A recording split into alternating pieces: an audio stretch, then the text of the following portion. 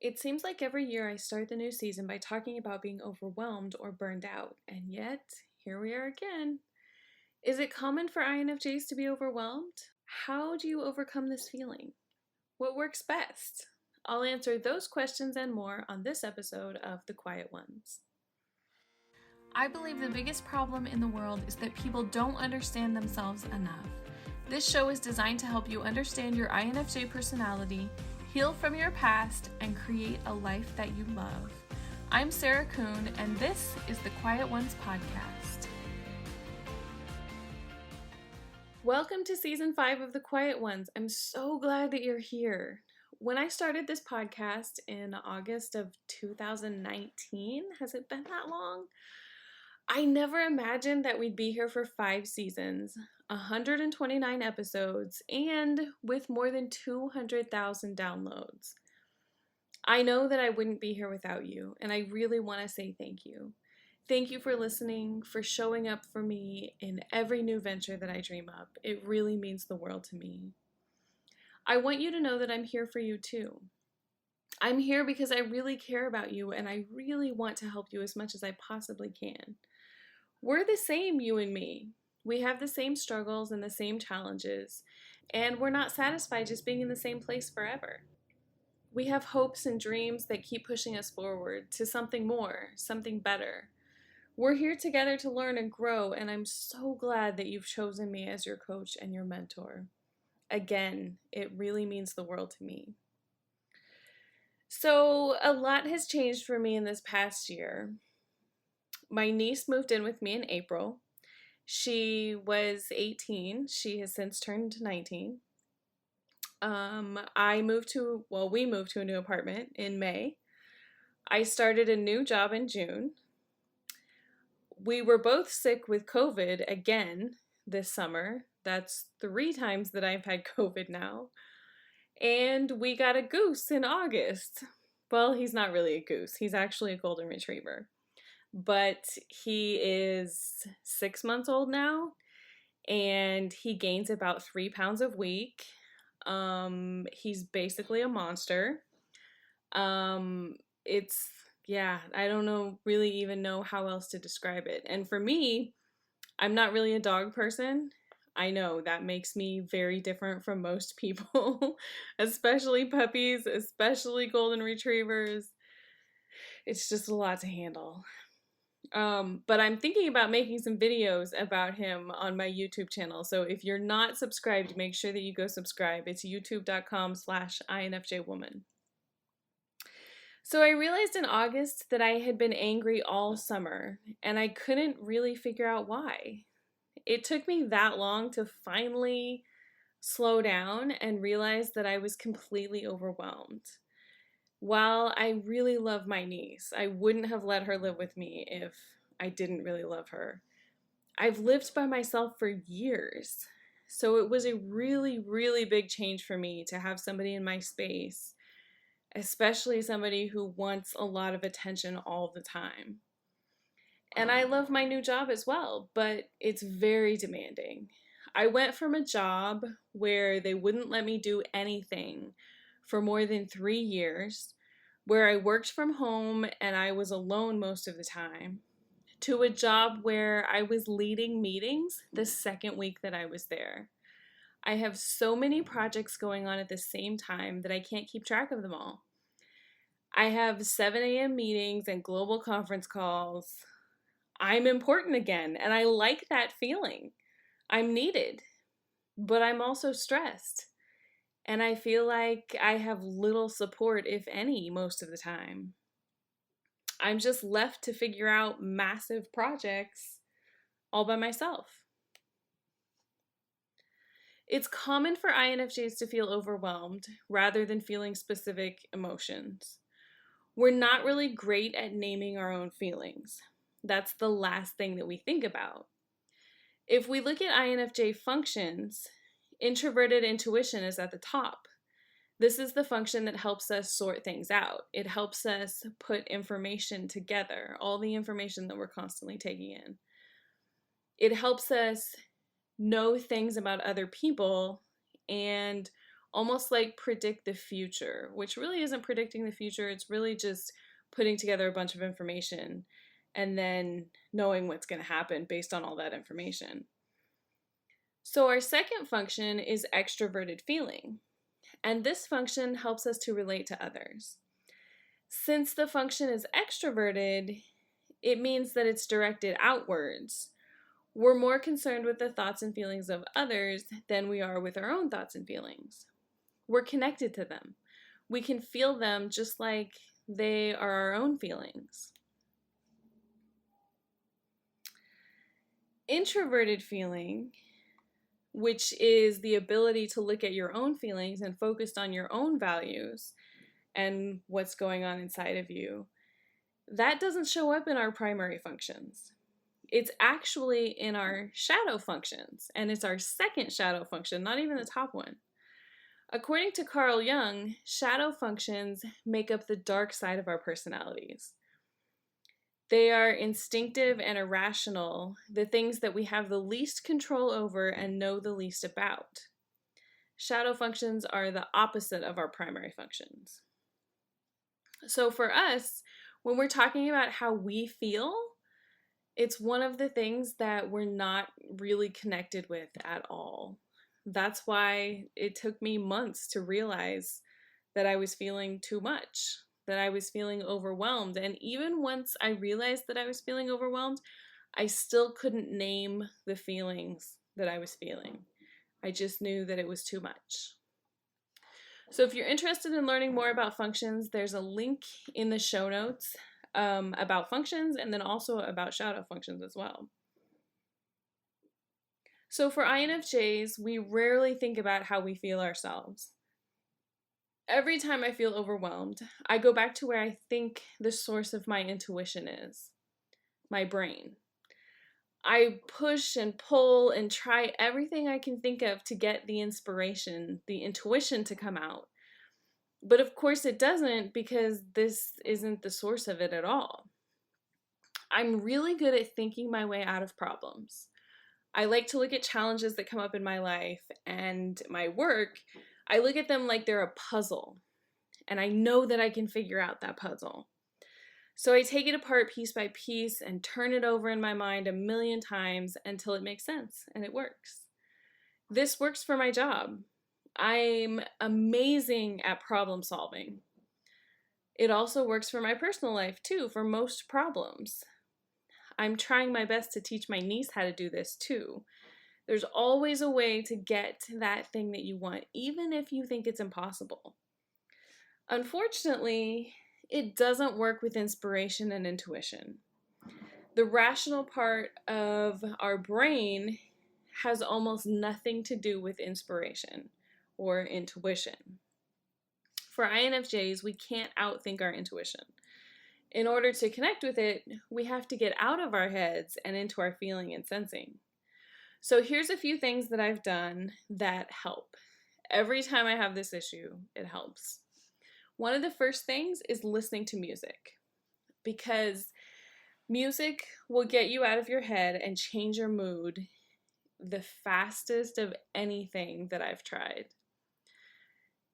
Even on the days when I'm in a really bad mood, there are a few songs that I know that I can go to that will change how I'm feeling almost instantly. I love that about music. And I tend to be the type of person who feels one emotion for a long time, and so I pick a song and I listen to it over and over and over again, which doesn't work out very well anymore, because every time I get in my car, it seems like my niece is getting in the car with me, and she's like, "Why do you keep listening to the same song over and over again? You need some more variety." So she's helped me to pick out some other songs. But listening to music will really help you get out of your head. And it can help you change what you're feeling too. So if you're feeling down, then you can listen to a faster paced song and it will help you change that feeling pretty quickly. The next thing that you can do is do something with your hands. And this is anything that requires you to use your five senses, because this will, again, get you out of your head and get you more into your sensing. So things like doing art, painting, drawing, cooking, gardening, anything where you have to use your hands that you don't really have to think about too much. Another thing that's important is to make sure that you're spending enough time alone, even if it's difficult. So before my niece moved in with me, before we got a goose, I had plenty of time to spend by myself. I spent most of my time by myself. And so I had plenty of time to recharge. And when people told me that they didn't really have time because of their kids and their significant others and other things they had going on, I thought, well, that's kind of silly. Surely you can make time for yourself, right? But now I've got this massive dose of reality. And even with just one other person in my house and a dog to take care of, a puppy really, I understand that it's very difficult to find time for yourself. I tend to go to bed at like 8 o'clock. Not because I'm actually going to bed, it's just that I'm going to my room to spend some time to decompress. Because I've realized that's the only time that I can have time to myself. And then also, if I can drag myself out of bed in the morning, if I can get up at like 6 o'clock in the morning, then I'll have an hour or two to myself as well. So, whatever it takes, make sure that you're spending some time for yourself. I know that it feels selfish at times. Believe me, I know. But as INFJs, it's necessary for us. It's not an option. It's something that we absolutely need. The next thing that you can do is to get back to doing the things that you like to do.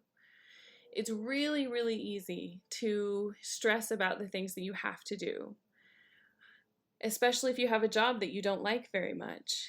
Maybe you have some obligations in your life that you don't like. Like I said earlier, I am not really an animal person. I don't particularly like dogs, but it's partially my responsibility to take care of Goose, to make sure that he goes outside a couple of times a day, because I work from home and my niece doesn't. So even though he's not technically my dog, I still have to take care of him. And he's still learning manners. So he really doesn't have a lot of manners. And most of the time it's frustrating taking him outside, trying to control him and get him to do what he's supposed to do, and quickly, especially when it's 40 degrees outside now. So it's easy to stress over those things. Especially for me, it's easy to say, I have to take him out at 11 o'clock and I have to take him out at 2:30, and I'm so not looking forward to that. It's really, really easy, but it's a lot better to schedule in some time to do the things that you actually like to do. And maybe that can include some of the things that, are quote unquote obligations, right? So when it was a little bit nicer outside, we took Goose to the beach several times. I love going to the beach. That's one of the places that I go to just wind down and recharge. It was a little bit different with him, but it was still nice. So make sure that you get back to doing the things that you like to do. Don't get completely stuck and hung up just doing the things that you have to do. And this last one is incredibly important. Remember that you are a person who needs help too. It's really, really easy for us as INFJs to focus on everybody else. We want to help everybody. We want to make them as comfortable as possible. And oftentimes we forget that we're a person who needs help too. It's okay for you to feel overwhelmed sometimes. It's not the end of the world. It doesn't mean that you're broken or that you're messed up. Everybody feels lost at times. And it's okay to take a break and recharge however you recharge. I like to just sit and watch TV for a while. And whether that's a new documentary on Netflix or my favorite channel on YouTube, I just sit there and watch TV. And sometimes I feel guilty because I've sat there for several days. But ultimately, I remember that this is how I recharge, and sometimes I need to just stop thinking about everything. Sometimes I go down to the beach because I love the beach and I love to watch the waves roll in. I could just sit there for hours. I'm convinced there is something magical about the beach that just fixes so many problems. I just sit there and I let the thoughts run through my head without wandering too much, without worrying about each one of the thoughts too much. They just come and go, and I feel better. Even after just a few minutes, I feel a lot better. And one more thing, remember that whatever you do, this feeling will pass. It doesn't last forever. It will get better eventually. A lot of people ask me, how long does it take to get better? And for me, the only answer that I found is that it takes as long as it takes. So whether that's a week or a month or a year, that's how long it takes. I've noticed that for me, oftentimes it takes 3 to 6 months. When I'm really burned out, stressed out, when there's a lot of change happening, it can take a while. But it takes as long as it takes. And I usually know once I start feeling overwhelmed, that's usually when it's about to get better. That's usually when I've noticed it, and then I can start to name what I'm feeling. And that's at that point, then I know that it's time to get back to being okay. I can step back from being overwhelmed and start processing how I'm feeling and then start moving through it.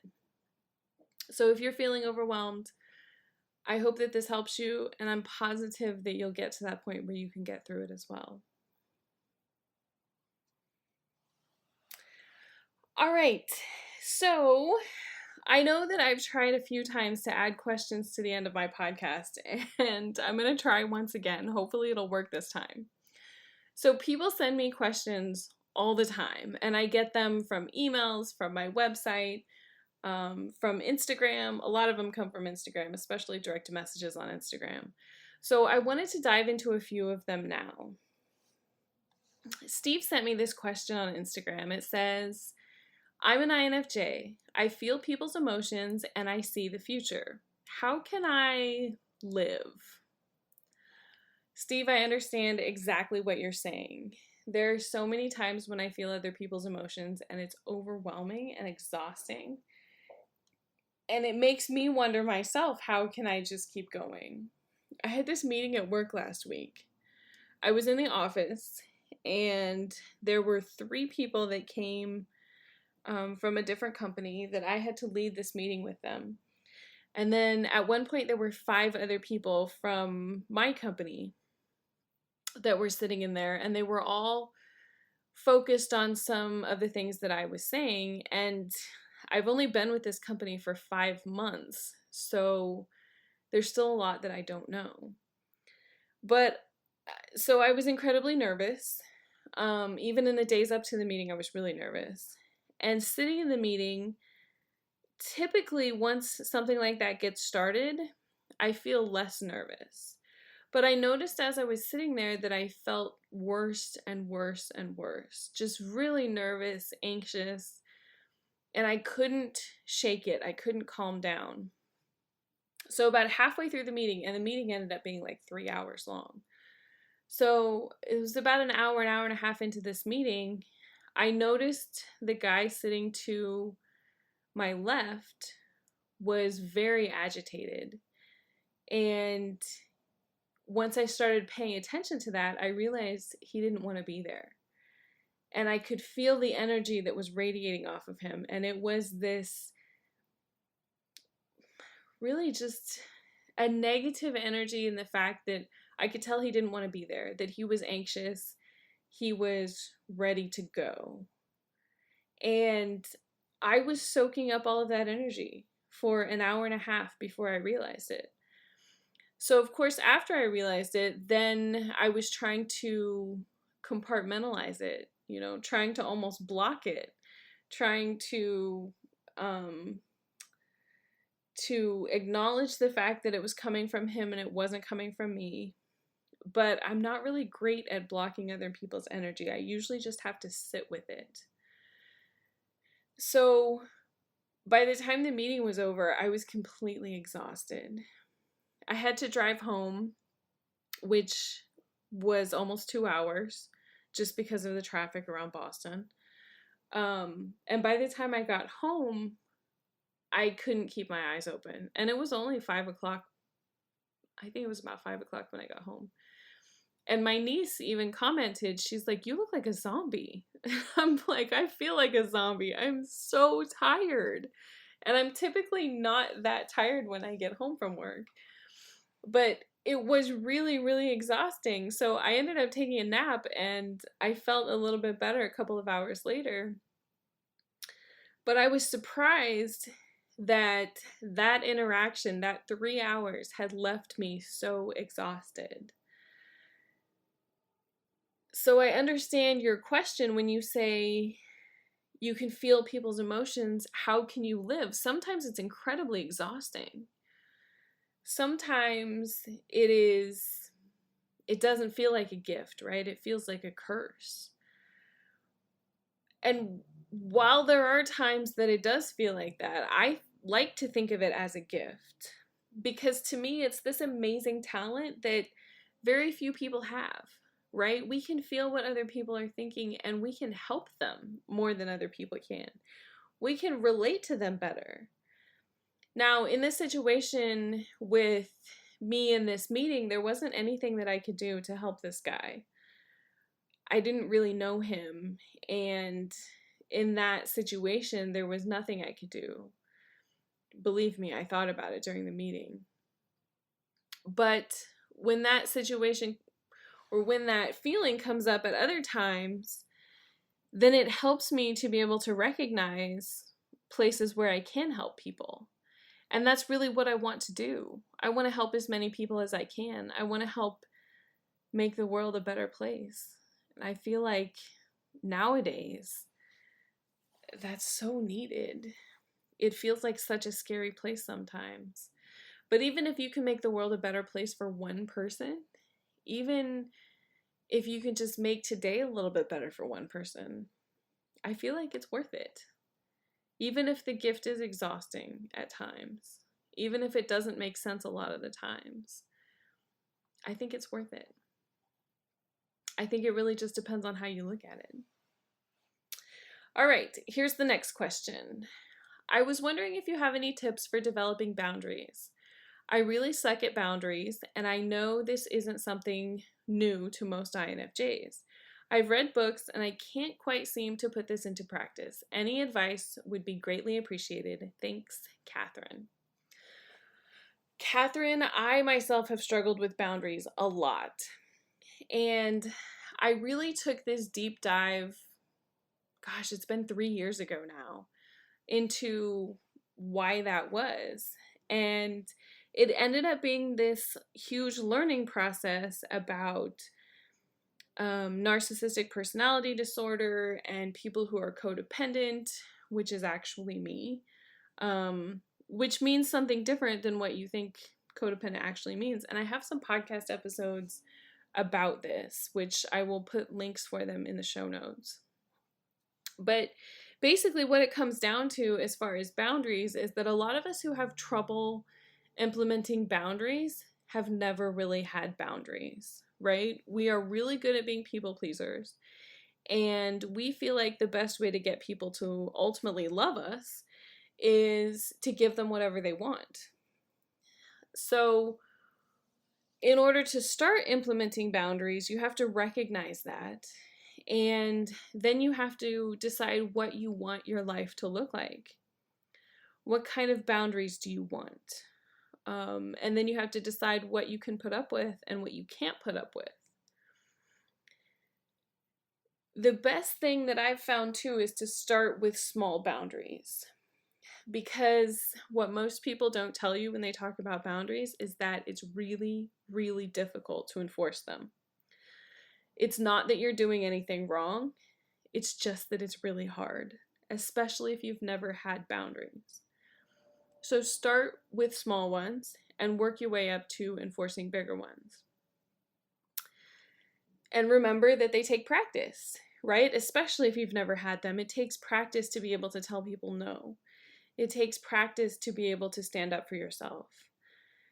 When you start setting them, some people will be really happy for you. These are the people that you need in your life. They're the people who are going to tell you, I'm so glad that you're doing this. I wish that you had done this sooner. This is a great thing. But a lot of people aren't going to be happy. They're going to be mad. And they'll try to push you not to have boundaries. These are the people who have benefited from you not having any boundaries, and the people that you should hold to the boundaries the most. These are the conversations that will be really difficult. But it helps to prepare yourself for these conversations ahead of time and to know what you're going to say. More than likely, if you're thinking about setting a boundary, you already know where the pushback is going to come from, right? There's a reason that you're thinking, okay, I need a boundary here. So what you do is you think about, what is this person going to say? What could they say?